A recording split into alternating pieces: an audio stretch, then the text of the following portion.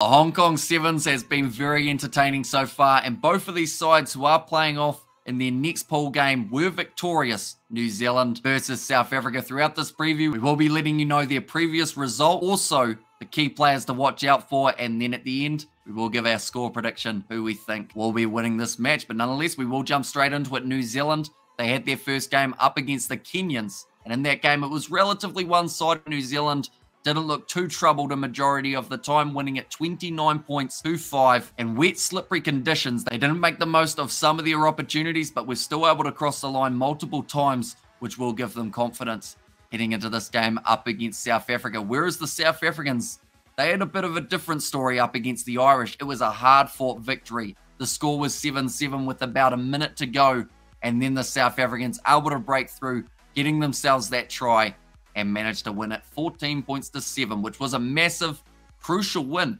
for the Blitzboks, as whoever beats Ireland, if South Africa and New Zealand do it, means more than likely those are the two sides going through to the quarterfinals. So that is one tick off the checklist for the South Africans. Their next check, the team that they're playing now, New Zealand. Looking through now at the key players for New Zealand in their first game, Leroy Carter, Dylan Collier, Akulia Rokali-Soa, who got 2, and Cody Vai were the try scorers. So of those try scorers, I am going to say that Akulia Rokali-Soa, one of the key players for New Zealand in this contest, mainly because not only does he take the kicks at the posts, but he seems to be that centralized man that is always ready to set up another backline for New Zealand. If they get scrambled, he always seems to be positioned just behind the halfback, ready to go right, we're going to the left, or right, we're going to the right.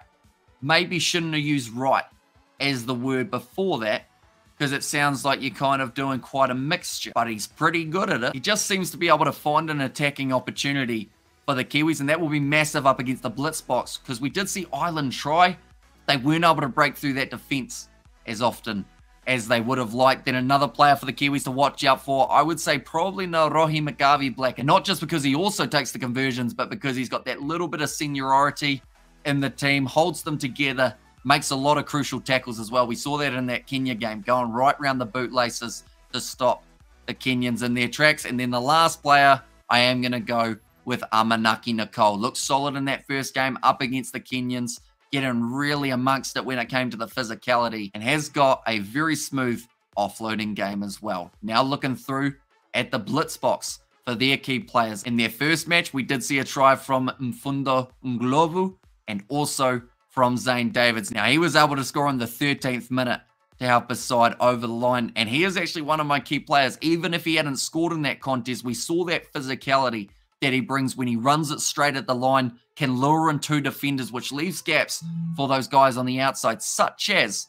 this next man I'm going to mention, Ricardo James Duarte. He's in charge of the kicking, but he also seems to find himself out on the wing. He's got pace that can beat most of the players that he comes head-to-head with.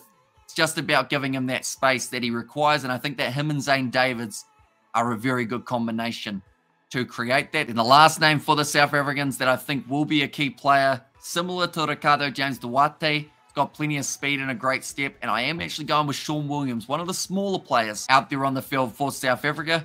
Can be very handy in any attacking or defending scenario, and yeah, he's just got that pace, make him very hard to catch. Will be handy for the Blitzboks. But now we're up to that stage of predictions. Now, I always get predictions wrong. I've mentioned this many times on the channel. I think in this game, because of what we saw in that first matchup, out of the two sides, New Zealand, I'm going to say, are the team coming into this game with a little bit more form. But South Africa in their game up against Ireland showed that they know how to win a game late. So if this one's close, maybe South Africa edge it. But I think my prediction for this game is going to be New Zealand win it 26 points to 14. We'll see how that goes. Let's see how close we can get. We will be doing the commentary for that match on the channel, so be sure to stick around for that. But if you did enjoy this video, be sure to leave a like and subscribe. Let me know your score predictions in the comments down below as well. And I will see you all for the next one.